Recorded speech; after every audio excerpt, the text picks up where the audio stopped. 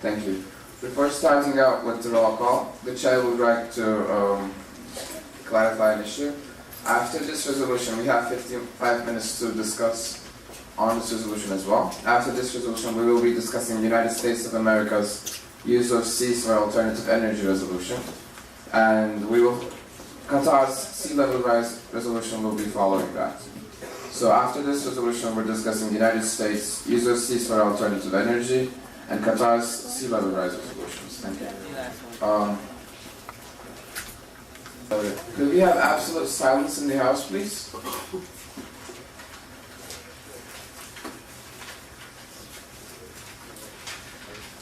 Thank you. You may proceed. Honourable Chair, fellow delegates, Georgia strongly agrees with this resolution. We feel that the main submitter has very effectively addressed measures to deal with oil spills, giving concrete examples of effective strategies to deal with these disasters, as well as highlight areas where we need to focus research and development. But what really impressed us in this resolution is the way that it chooses to go even further and really strive to ensure that these ecological catastrophes can be more effectively dealt with. Gambia has given us clauses 3 and 4, which will encourage international cooperation in regard to dealing with oil spills, while at the same time respecting international sovereignty and the rights of each nation to decide for themselves. We, Georgia, feel that this House needs to pass this resolution in a landslide to show our support for such a comprehensive and extensive resolution. And we would like to personally thank the main submitter for their depth and foresight. Thank you, Delegate. Are you open to any points of information? And you know, Delegate has opened himself to points of information. Are there any such in the House? Central African Republic.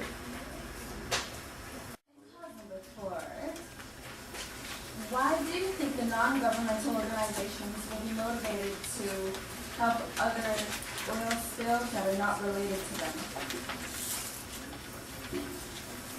could the chair please ask Delegate to rephrase? Delegate, please restate the question. Yeah, in clause number 4 it says that non-governmental agencies will help countries that don't have much cooperation with other countries, but why would the non-governmental organizations be motivated to help them? Well, we believe that this clause is speaking to non-governmental organizations who are focused on the idea of oil spills and catastrophes. Therefore, it is in their importance and in their thesis that they strive to reduce these kind of catastrophes. And in regard to countries who have less cooperation with other ones, we believe that this is vital that NGOs involve themselves, as otherwise the issue may be dealt with in a less timely fashion, which may cause in a global environmental catastrophe. The delegation of Japan would strongly urge all delegates to vote against this resolution, as it is redundant and carries seemingly endless flaws. Just because it's long doesn't mean it's necessarily good. Starting with clause 1A. The delegate would like to inform this committee that double lining hulls of MARPOL already exist, and you're just reinforcing something that already exists isn't really a solution. So therefore, we cannot implement something that already exists, again. Therefore, it's not a solution to the Oil Pollution Response Corporation. Again, let the delegate bring your attention to clause 2A. With regards to the mechanical skimmers, the resolution does not state who will create these mechanical skimmers and where will the experts be trained or be chosen from. Under what standards and criteria will they be created on? And clause 2B, the chemicals used to disperse oil quickly could be harmful in the long term and could not support marine life but actually destroy it or kill it. We still are new to oil dispersing chemicals, and extensive research has not been made on oil dispersing chemicals. Therefore, we cannot simply say every time there's a spill we are going to use oil dispersing chemicals. Now, how is this safe to marine life? And once again, the delegate would like to correct the delegate of Gambia, because as stated yesterday, the delegates were misinformed. Oil pollution does not only affect marine life, it also affects land, and it also affects rivers, seas, forests, it's pollution in the end. And once again, Clause 9. The delegate finds this clause quite offensive because it's stating that nations do not have appropriate peaceful passages, and we are here to resolve the issue of Oil Pollution Response Corporation, not talk about peaceful passages. Please come to a concluding remarks. With that said, the delegation of Japan strongly urges all nations to vote for this against this resolution because it is redundant, repetitive, and most of these clauses have already been implemented and obviously have not worked. Thank you. Is the delegate aware that whilst of course double hull ships already exist, they are not implemented everywhere yet, and that the resolution just seeks to implement this already existing technology everywhere? The delegate is aware that double hull linings are not implemented internationally, but this resolution doesn't state that, doesn't ensure that it will be implemented. It's just saying that, hey, let's do double lining hull ships, but it doesn't ensure us that it's going to be international. Plus, how can you vote for a resolution that has bad grammar? I mean, the delegate strongly urges all delegates to read through it. There are clauses here with obviously plain bad grammar. And how can you vote for a resolution that isn't even written properly? Thank you. Could you please yield the floor back to the chair? Delegate would like to give the floor back to the chair. Floor is once again open. Government suggests to add a new clause stating urges all companies to implant in underwater pipelines microtechnologies so as to ensure available constant surveillance of oil movements through means such as but not limited to A. An appointed UN body to determine the wealthier companies capable of financing these technologies through the evaluation of their annual revenues over an established time span. B. Requests that less economically developed industries benefit from UN funding from the identical mentioned body.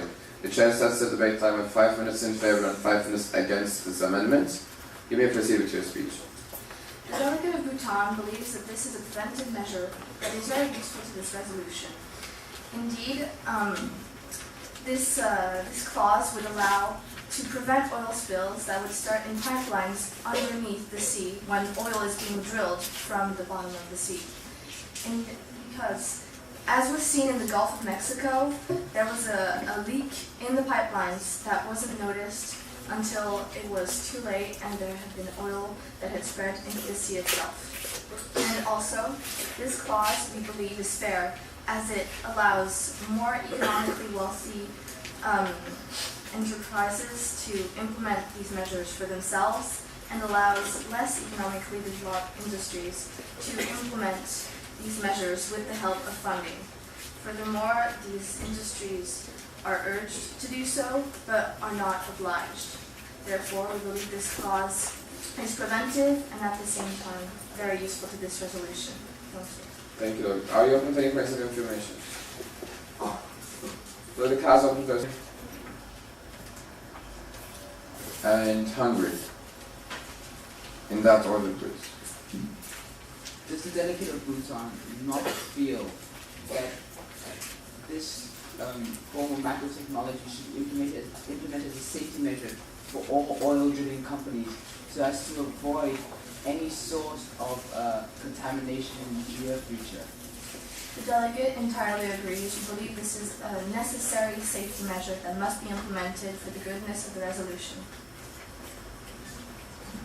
Is delegate of Bhutan aware of that if this amendment passes, who will maintain the oil pipe, underlying pipelines? The oil pipelines will remain in the company's power, but these micro-technologies will allow the company to monitor efficiently the oil movements and avoid leaks. Thank you. Could the delegates of Bhutan please define which kinds of microtechnologies she would like to see applied to the oil pipelines? Microtechnologies are diverse and they are still in development, and therefore the microtechnologies are diverse, and they would be it would be mostly microchips that would be installed on inside the material of the pipelines that would allow to be a global computer database that would track them down. This is applied in diverse oil pipelines across the world, but we would greatly appreciate it if this could be the case of all oil pipelines. Thank you. Could that please? Whilst the idea of microtechnologies is of course an honorable one and a good one, this amendment is not so. Just look at it. Subclause A, an appointed UN body to determine the wealthier companies capable of financing these technologies through the evaluation of their annual revenues over an established time. So that basically says only the wealthier companies should put these microtechnologies into action. Excuse me, what is this? Now we are rewarding companies which are less wealthy for being less wealthy? That is completely arbitrary. It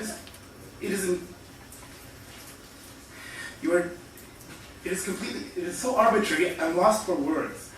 Who determines which company is wealthy enough? Okay, BP, is it wealthy enough? I'm not sure. Why should companies which have worked less well economically be rewarded for that? That is the principle of the free market. If you work better, you earn more money. And now we are trying to reward the companies which have worked worse. You cannot decide which companies are more wealthier. It is completely unfair. There are only two ways. Either we have this for all companies or for none, but not for just the wealthy ones. I urge you all to vote against this amendment. Thank you, Delegate. Are you open to any points of information? Any and all. Delegate has opened himself to points of information. Are there any nations wishing to direct a point of information to the Speaker?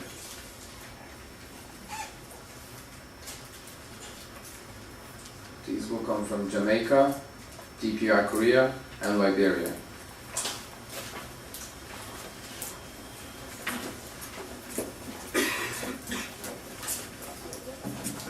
You mentioned we're really supposed to wealthier countries, but does it not realize that most of the world's oil supply comes from those countries? And also Delegate mentioned about the standards of wealthiness of the countries, but does the Delegate not also realize that what the Delegate is saying is that how do you know Walmart or Apple is rich or not? It is pretty much obvious that these companies are wealthy, they have a lot of money. Does the Delegate not realize this? The delegate knows that, but doesn't see the connection to the delegate's point. The delegate's point was that either this microtechnologies should be implemented by all companies or by none. You shouldn't just make it compulsory for some companies on the basis of wealth.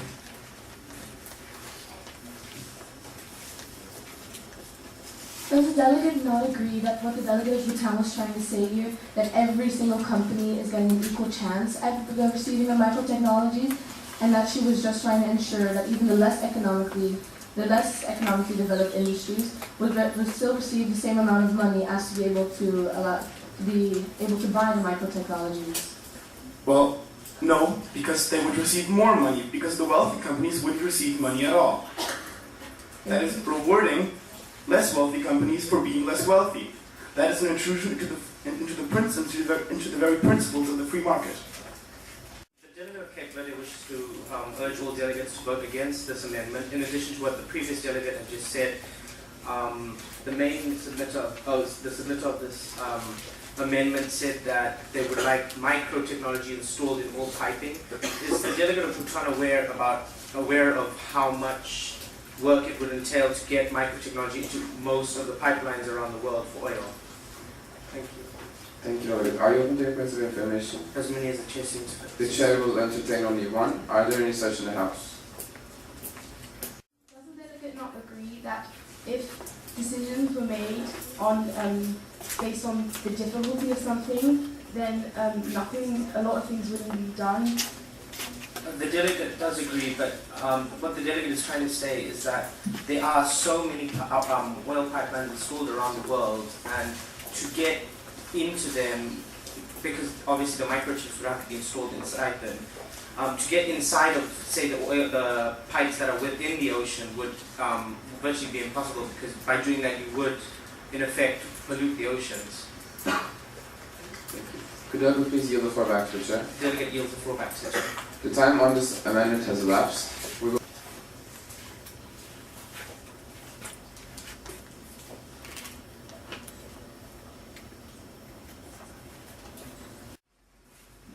Fellow delegates, the delegation of Nepal strongly urges all of you to vote against this resolution, as it has a lot of problems. First of all, going to clause number 2. The CCLGOA, which is proposed, only handles regional oil spills. But what about oil spills in international waters? Those are very often the most destructive, because especially when there is nobody to handle them. Also, to clause 2C, burning the floating oil could be very dangerous and potentially even harmful. Continuing on with this very problematic resolution, clause 6A, oil spills very often happen in the most traveled sea routes, which is absolutely normal statistically. So, by stopping all movement there is very inconvenient, don't you think? Also, this resolution mentions very little on actual response. For example, 7B does not give any policies on how to actually detect oil spills. Please, the delegate of Nepal urges all of you to vote against this resolution. thank you, delegate. Are you able? The honorable delegate of Nepal has stated that in-situ burning involves burning the oil, which is dangerous. Is the honorable delegate aware that in-situ burning actually does not actually literally burn the oil, and actually, as explained in the clause, involves mechanical measures to pump the oil outside of the ocean, therefore not harming the water? Could the chair please ask the delegate to rephrase this question? Please restate or rephrase the question. In clause 2C, Nepal has stated that burning the oil is dangerous. However, is the honorable delegate of Nepal aware that in-situ burning does not actually involve burning the oil, it actually involves getting the oil pumped outside the ocean, therefore not harming the environment in the process? Very well, the delegate was not aware of that, but either way, it is still not very easy to do that. Thank you. Does the delegate agree upon the fact that this resolution does not cover all aspects of the issue? Absolutely, the delegate agrees. My question has been answered.